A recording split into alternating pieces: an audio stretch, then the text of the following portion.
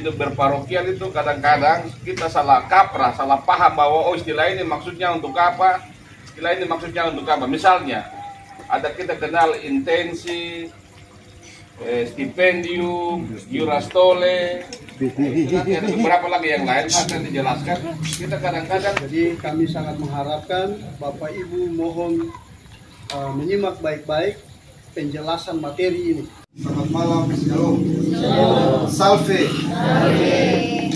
Ya, seperti yang tadi sudah disampaikan oleh Bapak Sekretaris Tua dan Ketua DPP, bahwa malam ini kami dari DPP mengunjungi Rukun Santo Fransiskus Xavierus untuk melaksanakan sosialisasi terkait tentang istilah-istilah keuangan dalam Gereja Katolik. Tadi sudah disentil beberapa istilah. Nah, kita langsung saja. Itu menjadi sebuah turun-temurun bahkan sampai dengan saat ini.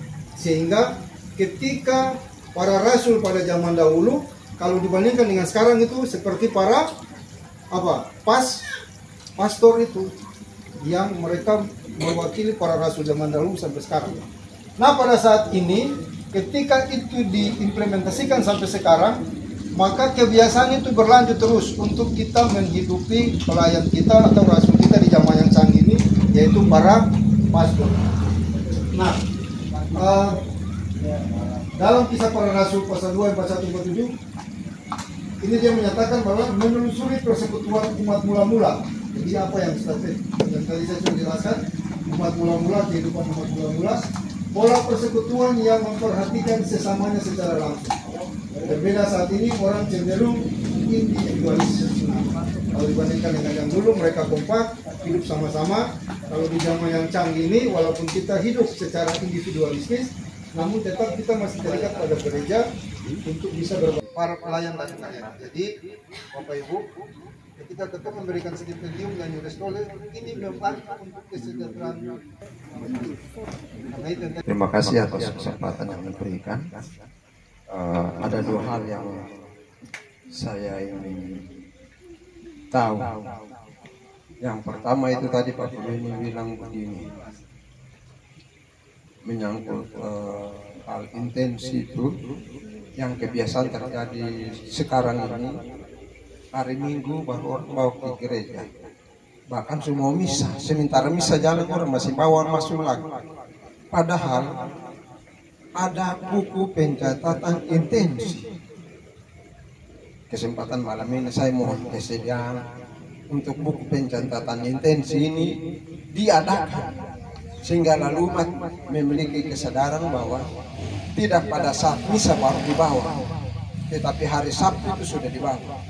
Dan petugas pencatatan itu gereja tetapkan salah satu orang khusus mencatat intensi. Yang kedua, tadi saya juga sempat dengar lagi Bapak Beni ada bilang begini. Kebetulan beliau diskusi sama Pastor Nono menyangkut besar intensi. Kata menurut orang Jawa, satu intensi itu boleh cukup untuk kebutuhan 1, 2, 3 hari atau 4 hari. Tetapi lalu bagi orang Tanimbar, khusus orang Sonlaki atau Lilit, khusus paroki Hati Kudus, satu intensi itu yang cukup untuk biaya hidup para imam 1, 2, atau 3 hari. Apakah timbul pertanyaan kecil? Apakah perlu ditetapkan besar intensi? Terima kasih atas kesempatan. Iya, atas kesempatan yang diberikan. Ini saya mau tanya menyangkut intensi. Biasanya perayaan Ekaristi pagi, apakah itu koster itu dia berhak untuk membuka itu intensi itu lalu dikeluarkan itu uang baru nanti diserahkan saja ke sana, sedangkan itu kan diharuskan sama seperti Bapak Leo. Apakah itu khusus untuk hari Minggu aja atau hari-hari yang kita rayakan setiap hari? Lalu di luar dari program yang Bapak Beni berikan kepada kita ini, saya usul saja supaya setiap kalau hari Minggu itu seharusnya kan sudah disiapkan sebelum misa itu kan poster sudah siapkan itu apa? Sibori, barang-barang itu kan di atas altar. Ini kalau poster nanti umat sudah pada ada di dalam gereja baru dia sibuk untuk turun naik untuk ya mondar-mandir di atas altar itu. Akhirnya kita fokus untuk berdoa, untuk doa utama kita atau doa pribadi kita tuh kan terganggu. Itu saja yang saya mau tanyakan. Jelaskan oleh Pak Beni itu bagus, tetapi mau dibilang buat perbandingan salah-salah, tetapi kenyataannya seperti itu. Sebelumnya saya minta maaf, semasa saya sekretaris Dewan untuk Pastor Bomaris itu intensi masuk hari Sabtu dan kami punya buku pencatatan intensi, sehingga dalam pertemuan di hari Sabtu dengan ketua-ketua Dewan itu kami langsung kasih tahu, sehingga tidak pada saatnya saja hari Minggu orang mau datang lalu bisa pastor lupa baca separuh dan separuh baca. Tetapi kalau dibuat buku intensi maka seluruhnya terbaca, tidak ada yang lupa dan lebih. Tetapi lalu sekarang ini yang seperti itu, sehingga lalu saya mau kasih kalau dalam pertemuan itu diupayakan untuk tidak lagi dibawa ke hari Minggu, dibawa di hari Minggu dan dibawa ke hari Sabtu supaya segala sesuatu itu dibukukan. Terima kasih. Bertanya, saran saja untuk bapak-bapak DPP, bapak ketua dan teman-teman yang hadir di malam ini. Betul, mungkin agak berbeda dengan apa yang disampaikan oleh Bapak Beni tadi soal kerelaan atau sesuatu yang mungkin dari ketong punya kemampuan saja ketong bisa memberi.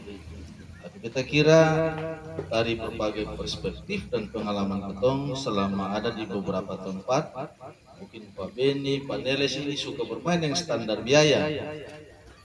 Jadi standar biaya itu menjadi acuan untuk kita bikin segala macam perencanaan.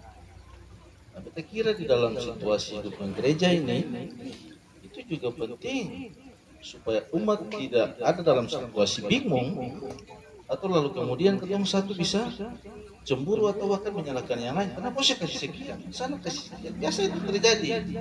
Sehingga saran beta, ya kalau memang butuh ada satu rapat dan itu baru kemudian bisa ditindaklanjuti. Kira ini pikiran-pikiran yang semestinya ada satu kepastian sehingga kehidupan umat itu memang ikut dengan aturan.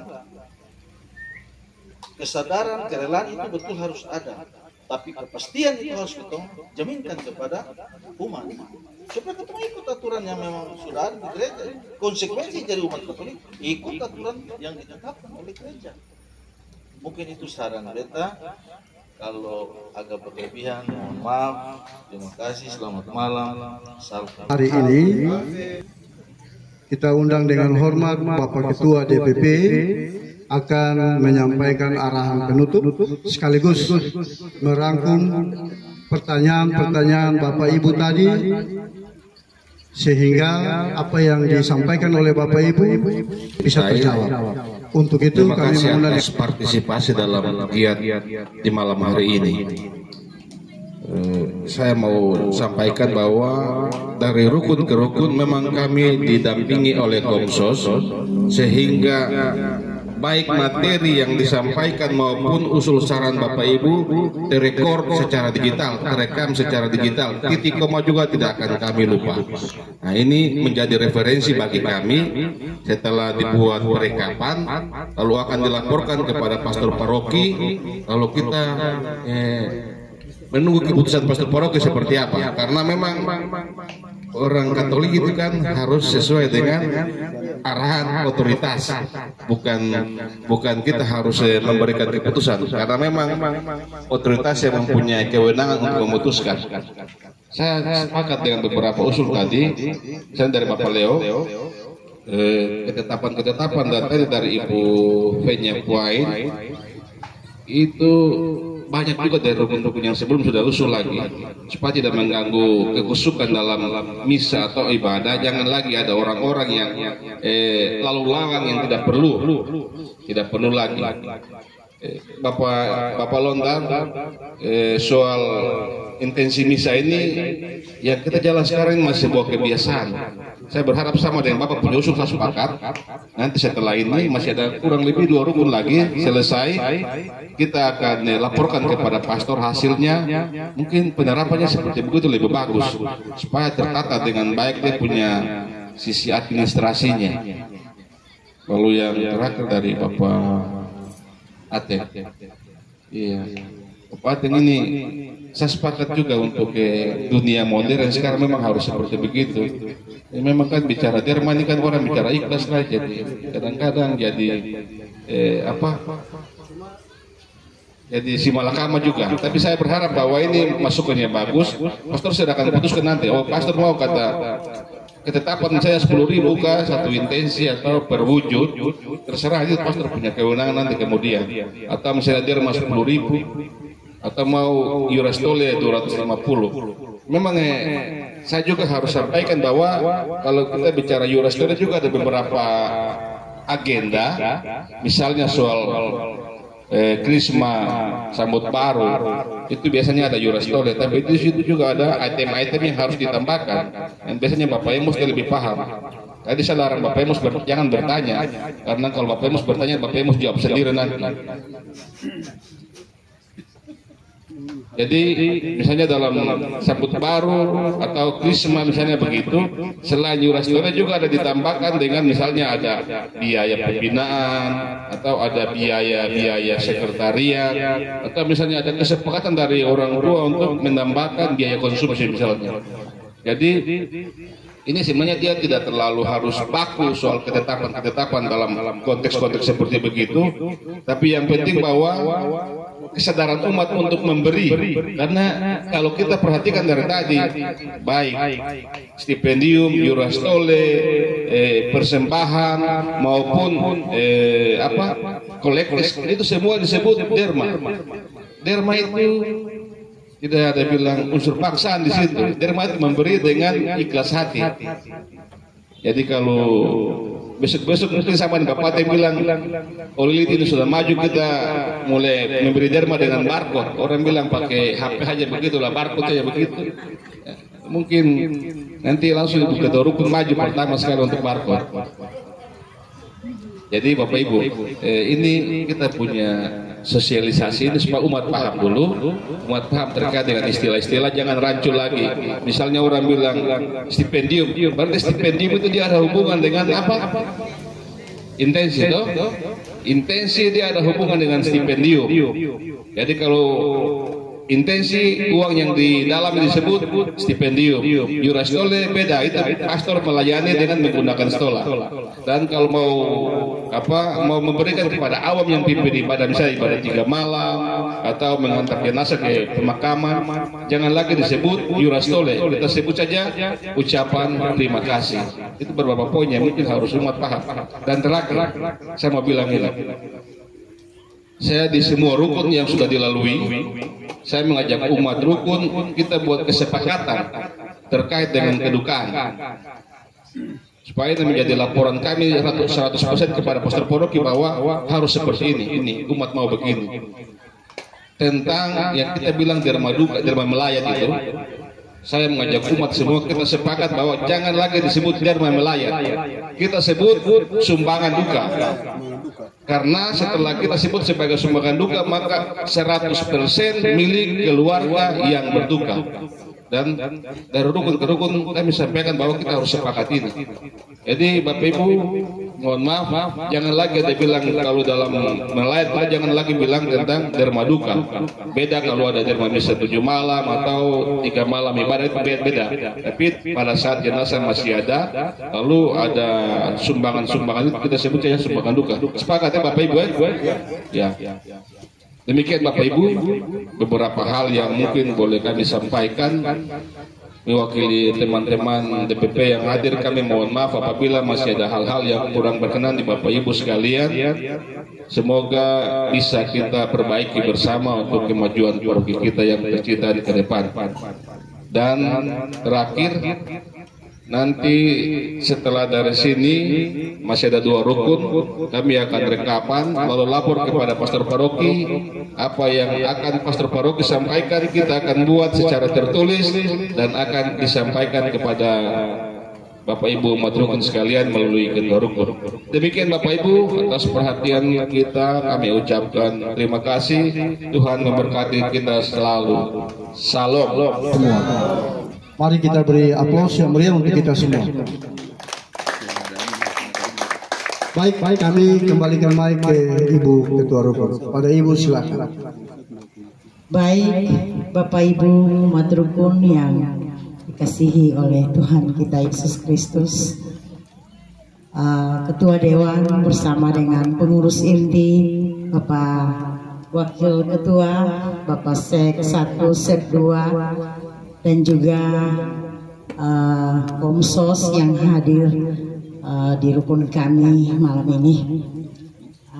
Untuk itu saya mewakili pengurus rukun bersama dengan anggota rukun mengucapkan limpah terima kasih kepada Dewan Pastoral Paroki yang telah mensosialisasikan istilah keuangan gereja untuk kita semua di malam ini. Semoga hasil dari sosialisasi ini bermanfaat bagi kita semua dan kita bisa